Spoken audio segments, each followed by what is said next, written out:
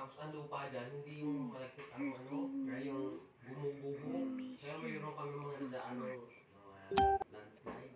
Pero tiko konti lang. Oo.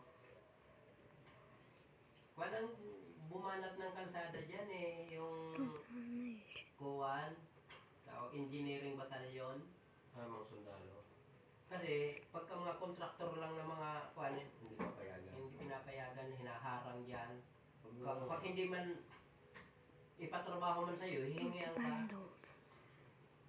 Siguro kumuha na lang ng mga trabador na Hindi, pero kung talaga, sundalo talaga gumawa. Mga engineering batalyon talagang tumirada. Yung bako nila, puro camouflage, bulldozer, pison.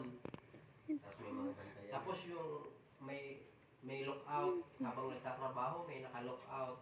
Tapos yung mga nagtatrabaho, puro army doon kumukuha